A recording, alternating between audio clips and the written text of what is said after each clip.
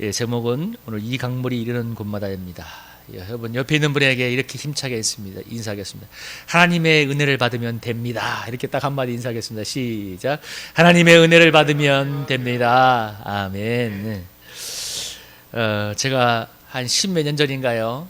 부교육자 때 강남에 있는 스피치 학원을 좀 다닌 적이 있습니다. 근데 그때 부교육자 때 담임 목사님이 제 설교를 들어보시더만, 정 목사님 내용은 좋은데 말이 너무 빨라요. 그러면서 좀 이렇게 스피치를 좀 배워보라고 해서 강남에는 유명한 학원에 다니게 되었는데, 어느 날 이제 첫 시간인가 두 번째 시간인가 학원 수강자들 앞에서 자기소개를 하는 시간이 있었는데, 제가 이제 현직 목사라고 소개를 하니까 앉아있던 어느 수강생 중에 한 명이 이제 질문을 하는 시간이 있었습니다. 나온 사람들한테. 그래, 목사님은 이게 하나님은 어떤 존재라고 규정할 수 있습니까? 어떤 존재라고 말씀할 수 있습니까? 저한테 질문을 하는 거예요. 나에게 하나님은 어떤 존재인가?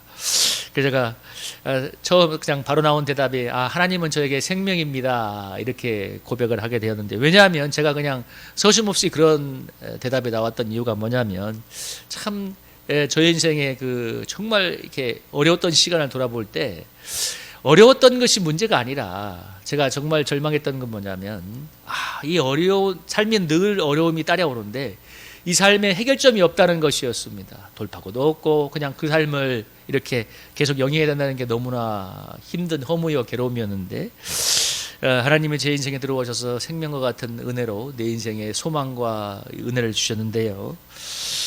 여러분, 오늘 이 사회가 참 하루에 수십 명이 자살하고, 그리고 1년에 12,000명이 더 넘게 자살하는, 우리가 정말 자살공화국이고, 그리고 요즘 여러분 우리나라가 세계 최저의 출산율이죠. 0.83명. 그러니까 대한민국이 뭐 한 번씩 유튜브를 보면 국뽕이 차서 잘 나간다고 얘기하지만, 제가 느껴지는 것은 대한민국은 너무 죽음이 넘쳐나는 사회가 되지 않았는가 하는 것을 보게 되었습니다.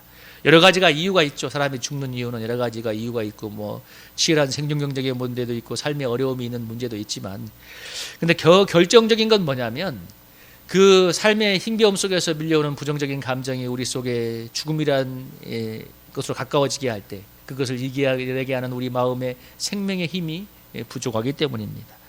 여러분, 예수님이 광야에서 40일간 금식 기도를 했을 때 마귀가 찾아와서 예수님에게 이렇게 유혹을 했죠.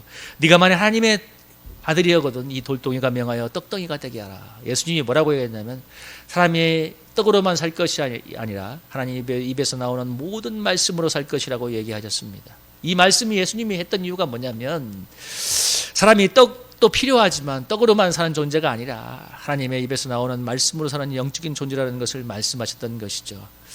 여러분, 아모스서 8장에서 이렇게 얘기하죠.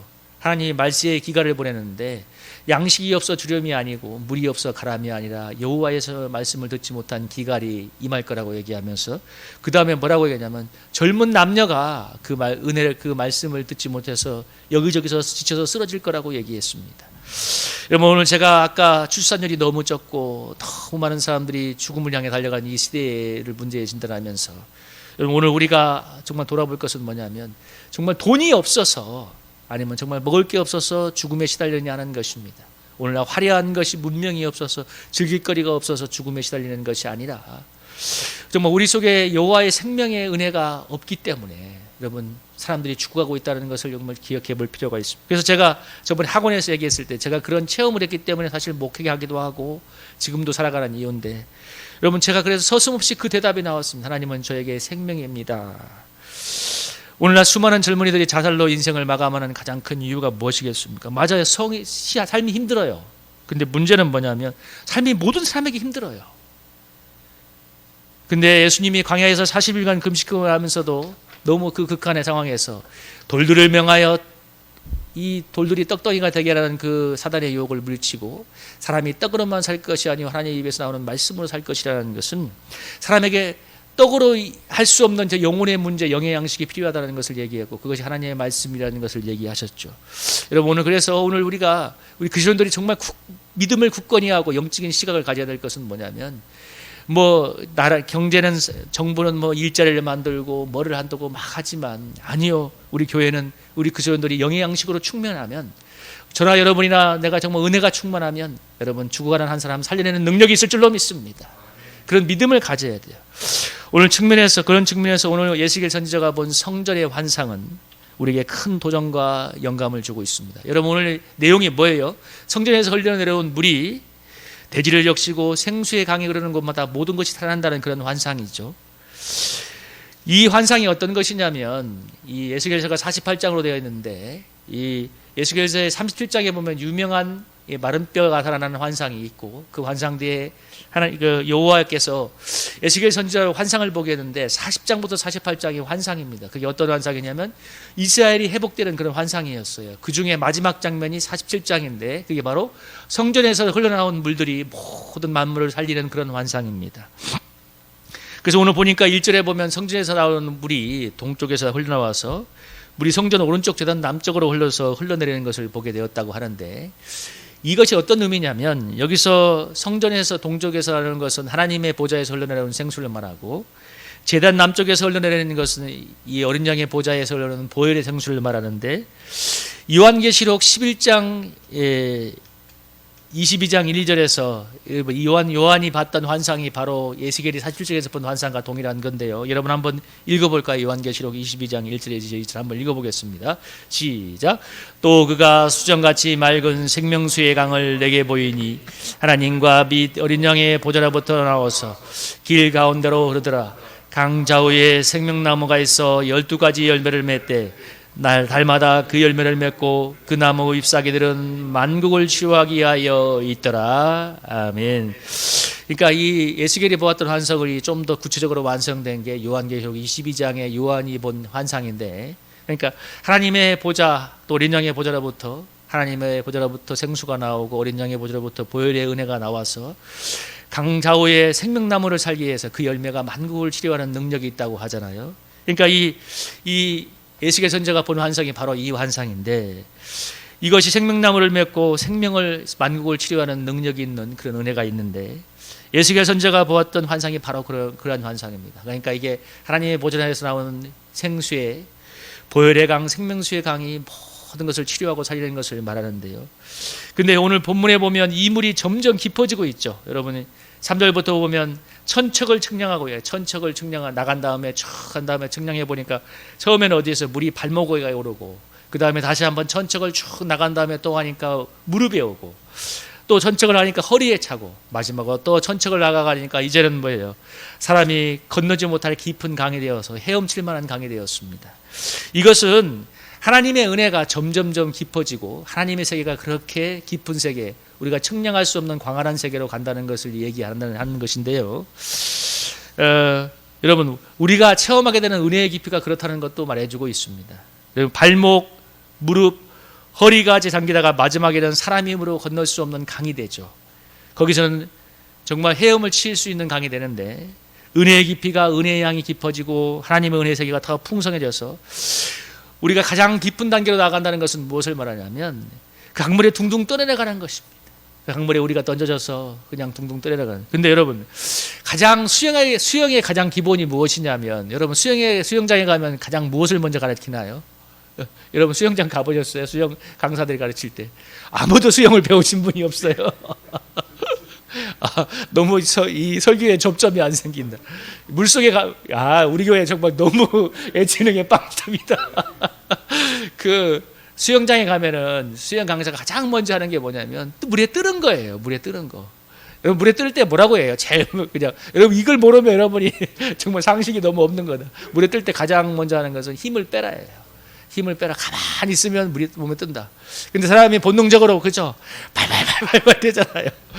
근데 사람이 힘이 빠져야 힘을 쫙 빼야 몸이 뜹니다. 부력이 생겨서. 근데 힘을 주는 순간 물 먹는 거예요. 꼴꼴꼴꼴꼴꼴.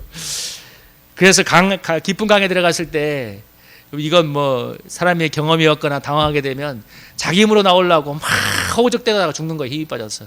사실 가만히 있으면 떠내려가다 보면 어딘가에는 걸리는데 그럴 만한 마음이 없죠. 저도 그런 거 강가에서 몇 번 경험을 해봤는데 죽을 뻔하다가 힘이 빠져서 그냥 떠내려갈 때 살 길이 생기는데 여러분, 하나님의 깊은 은혜의 경지에 언제 들어가느냐면, 사실 여기 보면 오늘 여러분 힘을 빼는 것, 다시 말해 우리가 힘이 다 빠지고 그냥 하나님께 전적으로 맡기는 단계가 이 가장 깊은 은혜의 단계인데, 은혜에 둥둥 떠내려가는 단계인데, 그래서 하나님께서 우리에게 힘을 빼기 위해서 우리가 참 고생하는 걸 통해, 고난을 통해서 힘을 빼죠. 그래서 여러분, 이게 고생이 아니라 오늘 정말 소망을 갖는 것은 뭐냐면, 정말 깊은 은혜의 세계, 은혜, 정말 우리 몸이 둥둥 떠다니는 그런 은혜의 세계로 인도함인 줄로 믿습니다.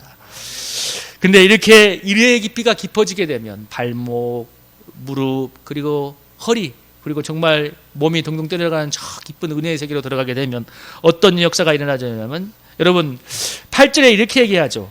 이 물이 동쪽으로 향하여 흘러 아라바로 내려가서 바다에 이르르니 이 흘러내리는 물로 그 바다의 물이 되살아나리라. 여러분, 여기서 아라바로 내려간 물이 바다로 갔단 말은, 이것은 오늘날 이스라엘이 어디를 말하냐면 사해를 말합니다. 여러분, 사해는 전 세계 호수 중에서 가장 이거 해발이 낮은 곳에 있는데, 물이 들어오게 흘러와요. 갈릴리 이 강에서 이 물이 들어오는데, 문제는 뭐냐면 나갈 곳이 없기 때문에 물이 계속 모이기만 하고, 그래서 증발을 해가지고 뭐예요? 전 세계에서 염분이 가장 높은 바다죠. 보통 바다가 1%, 사해는 수십 프로에다 30%인가 되는 그런 엄청난 염분을 자랑하죠. 그래서 거기에는 아무것도 살 수 없는 죽음의 바다입니다. 그래서 여러분 사해입니다. 근데 여러분, 오늘 본문에 보면 뭐라고 합니까? 그 물이 흘러서 바다에 내려가니, 사해에 들어가니까 흘러내리는 물로 그 바다의 물이 되살아나리라. 여러분, 그러니까 죽어가던 그 사해바다, 아무것도 살 수 없는 사해바다에 성전의 물이 흘러가니까 뭐예요? 그 죽은 바닷물이 살아난다는 것입니다. 환상으로 보여주고 있는 거예요. 그러니까 아무런 생명도 살 수 없던 죽음의 바다가 성전에서 흘러오는 물이 생명을 살리는 생명수기 때문에 그 물이 흘러들어가니까 살아난다는 것입니다. 이것을 오늘 환상으로 보여주고 있는 거예요. 여러분, 이것은 H2O 아니라 뭡니까? 생명수입니다. 그래서 이 강물이 흐르는 곳마다, 여러분 구절을 한번 읽어볼까요? 한번 읽어보겠습니다. 시작. 이 강물이 이르는 곳마다 번성하는 모든 생물이 살고 또 고기가 심이 많으니 이 물이 흘러들어가므로 바닷물이 되살아나겠고 이 강이 이르는 각처에 모든 것이 살 것이며. 아멘. 여러분, 이 강물이 사해에 들어가면 죽은 바닷물이 살아나고, 그 다음에 이 물이 흐르는 곳마다 뭐예요? 모든 생물이 살고 고기가 힘이 많아지고 이 강이 이르는 모든 각처의 모든 것이 살아날 거라고, 이렇게 생명의 은혜가 있을 거라고 얘기하는데요.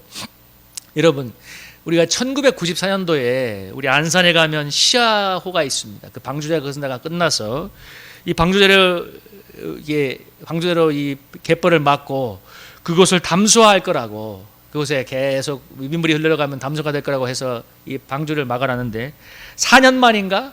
그야말로 이 공업용수도 쓸 수 없는 그야말로 죽음의 바다, 악취만 나는 죽음의 바다가 되어서, 그래서 여러분 그 담수화를 포기하고 결국 이 방조제를 이 중간을 헐어가지고 뭘 했습니까? 배수관만을 설치했죠.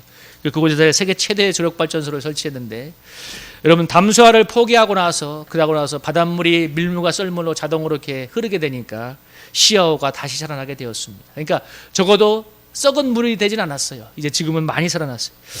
여러분이 우리가 오늘 성전에서 흘러내리는 물이 사이에 들어갈 때 이 물이 살아난다는 것을 기억하고, 시야 방조제에 고여있던 물속이 바닷물이 흐를 때 생명의 운한이 나서 바다가 살아나는 것처럼, 여러분 하나님의 은혜의 생수가 죽어가던 영혼에 들어갈 때 살아나는 역사가 일어날 줄로 믿습니다. 여러분, 이 시대에 사람들이 죽음을 선택하는 이유는 제가 아까 말했죠. 단순히 배가 고파서도 아니고 돈이 없어도 아니고 힘겨운 삶에서 밀려드는 부정적인 감정들, 절망, 낙담, 이것들이 마음에 쌓이고 쌓여서 그 마음을 죽게 만들기 때문입니다. 여러분, 잠언서 4장 23절에 이렇게 하죠. 무릇 지킬 만한 것보다 더욱 마음을 지켜라. 생명의 근원이 이에서 남이니라. 맞는 말이죠. 근데 마음을 지켜야 사는데 마음이 무엇으로 지켜져야 하는 것입니다. 왜냐하면 우리가 삶을 살아가면, 여러분 삶의 괴로움을 당하면, 어려움을 당하면 부정적인 오폐수가 들어옵니다. 여러분 어려운 일을 당했는데 절망감이 안 오겠어요? 스트레스 받는 일을 당했는데 스트레스가 안 오겠어요? 이 불안한 세상을 살아가는데 어떤 일을 겪는데 불안과 두려움이 안 밀려오겠어요? 이 부정적인 오폐수가 들어와요. 근데 중요한 건 뭐냐면 계속 밀려들고 그것만 들어오면 사해에 바닷물이 물이 안 들어오고 계속 증방만 해서 소금물이 되는 것처럼, 그래서 죽은 바다가 되는 것처럼 계속 오폐수만, 이 부정적인 오폐수만 들어오면 마음이 죽는 겁니다. 여러분, 지금 세대의 사람들이 그렇게 되는 거예요. 오폐수가 전에보다 훨씬 더 많아진 거죠. 미디어도 발달하고 지혜 문명도 발달하기 때문에 오폐수가 많아지는데, 여러분 시야 방주를 열어서 배수관만을 열 때 그 바다가 살아나는 것처럼 여러분 오늘 이 죽은 사해에 성전에 흘러내리는 물이 들어올 때 살아나는 것처럼 여러분 우리의 마음을 하나님께 활짝 열어서 은혜의 생수를 받아들일 때 여러분 죽은 오펫으로 가득 차던 우리 마음에 성령의 생수가 흘러들어올 때 살아나는 역사가 일어나는 것입니다. 여러분 죽을 것 같은 절망감이 몰려옵니까? 여러분 저는 이것 여러분 많은 것을 경험했을 거예요. 정말 죽을 것 같은 절망감이 밀려온다. 낭만과 불안이 밀려온다. 여러분 그것에 이것을 능히 이기는 성령의 생수, 성령의 소망, 성령의 기쁨, 성령의 평안의 생수가 우리 마음에 밀려오면 여러분 이 절망감을 밀어내고 생명의 은혜로 소생하게 되는 것입니다. 죽음의 오펫가 계속 들어오면 그 오펫을 정화시키는 성령의 생명수가 계속 들어오면 되는 거예요. 더 많이 들어오면 되는 거예요. 여러분 아까 발목까지 했다고 했죠? 아니요. 여러분 그 물속에 확 들어가 있으면 여러분 저는 제가 청소하면서 걸레를 빨 때마다 이 밀대 걸레를 빨 때마다 어떤 생각을 하는 줄 압니까? 이곳이 좀 앞에 내과가 확 지나가면 얼마나 좋을까? 여러 번 빨 필요도 없어. 한 번만 흔들면 그냥 끝이야. 그 몇 번 양동이 물을 버리고 또 빨고 귀찮아. 늘 그 상상을 해요. 여러분 오폐서가 마르면 오폐서가 내 몸에 온몸이 덕지덕지 똥물처럼 묻어질지라도 우리가 저 마지막 단계 그 은혜의 강물에 던져져 있으면 그 묻은 게 뭔 상관이겠어요. 그래서 하나님 우리를 그렇게 은혜의 강가로 인도하는 겁니다. 여러분 죽음의 오폐서가 계속 들어오고 아무리 흙탕물이 많아도 깨끗한 물이 계속 흘러들어오면 언젠간 정화가 되게 되어 있습니다. 그러면 살아나는 것입니다. 여러분 성전에서 그 생수가 어디서 흘러나오고 있습니까? 여러분의 핵심이 뭐냐면 성전에서 흘러나온다는 거예요. 성전에서 하나님과 어린 양의 보좌에서 우리의 생명을 살리는 생수가 흘러나오고 있습니다. 그래서 여러분 이게 비전이라는 찬양의 가사가 뭐예요? 구원하심이 보좌에 앉으신 우리 하나님과 어린 양께 있도라고 하잖아요. 구원하심이 우리 하나님과 보좌에 앉으신 어린 양께 있도다. 그래서 여러분 우리가 생명수가 흘러나오는 성전을 잘 지켜야 됩니다. 여러분 성전은 우리가 정말 구분하자면 세 곳에 있다고 하죠. 하나님이 계시는 성전, 우리 마음의 성전이 있고, 그리고 또 하나 유형의 성전인 교회도 있고, 또 마지막은 우리가 저 하늘의 성전에 있죠. 우리가 이곳에서 마음속에서 하나님을 예배하다가 교회에서도 예배하다가 마지막에 천국에서 성전에서 하나님을 예배하게 되는데, 물론 이곳에서 다 하나님의 생수가 흘러나오지만 가장 중요한 것은 우리 마음의 성전입니다. 여러분 그래서 우리가 더러운 것들이 들어오지 않도록 우리 마음의 성전을 잘 지켜야 됩니다. 깨끗한 생수가 흘러. 그래서 여러분 우리 마음에 더러운 것이 흘러오지 않을 수는 없지만 빨리 걷어내는 게 중요한 거예요. 그게 썩지 않도록. 교회가 거룩해야 되는 것도 마찬가지인데 여러분 그래서 우리가 교회가 거룩함으로 잘 지켜야 되죠. 여러분 아무리 교회가 역을 먹어도 생명수가 흘러나오는 하나님을 예배하는 처소인 교회만큼 소중하고 소중한 곳이 없습니다. 왜냐하면 그 성령의 생수가 흘러나오는 우리의 마음 그리고 교회가 이 세대를 살리는 유일한 대안이기 때문입니다. 우리 그리스도인들이 그런 확신과 담대함을 가질 수 있기를 축복합니다. 하나님의 교회를 통해서 복음을 전하게 하시고 복음 안에 생명을 살리는 생명수가 흐르기 때문에 여러분 이것이 나를 살리고 가정을 살리고 사회를 살린다는 것을 여러분 기억하시기 바랍니다. 출산율이 0.83명이고 전 세계 최고의 자산주를 자산하는데 여러분 한번 우리나라는 정치가 완전히 우상이 되었죠. 진보와 보수가 지난 수십 년간 정권을 나눠 가졌지만 여러분 예수님이 정확한 말을 했어요. 열매를 보면 안다고 했는데 여러분 이 사회가 지금 어떻게 되고 있습니까? 그렇게 우리나라가 잘 나간다고 국뽕을 자랑하지만 아니요. 출산율이 0.83명이에요. 대한민국 2070년이면 3천만이 안 될 거라고 하고 있습니다. 여러분 나라가 지금 망해가고 있어요. 결론은 정치에는 소망이 없다는 거예요. 여러분 이런 때 정말 그리스도인들이 해야 될 것은 진보와 보수로 나눠서 태극기 부대가 되고 무슨 좌파 그리스도인이 되는 것이 아니라 우리 정말 우리 마음에 생명수가 먼저 흘러나와야 돼요. 그러면 여러분 나의 삶이 살아나고 가정이 살아나고 우리가 살아가는 삶의 일터가 살아나야 되지 않겠습니까? 여러분 제가 얼마 전에 그거를 읽는데 정말 은혜가 되었습니다. 그리스도인 곳이 좋은 곳에 가기를 기도하는 것보다 나쁜 곳이라도 우리 그리스도인이 들어갈 때 그곳이 하나님의 좋은 축복의 장소가 되길 기도하라고 했는데 너무 은혜가 됐어요. 여러분 요셉이 가는 곳마다 하나님이 어떻게 했습니까? 요셉을 위하여 그 집에 복을 내렸지 않았습니까? 요셉과 함께 하나님이 요셉이 함께하기 위해서 뭐예요? 그 주인이었던 이 보디발의 집에 모든 것에 복을 주시지 않았습니까? 여러분 우리 그리스도인이 성령의 생수로 충만한 삶이 되면 그런 역사가 나타날 줄로 믿습니다. 좋은 것을 찾는 것이 아니라 우리가 가는 곳이 좋은 곳이 되는 거예요. 우리가 살아있는 그곳. 여러분, 그래서 우리가 우리 마음의 성전, 성수의 강이 흘러나오는 우리 마음의 성전을 잘 지키고 예배의 전이 되게 하는 게 너무나 중요한 것입니다.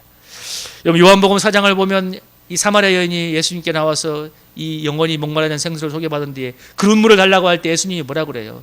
네 남편을 데려오라고 하잖아요. 그러니까 여인이 뭐라고 합니까? 저는 남편이 없어요. 이 말은 거짓말이지만 사실이었습니다.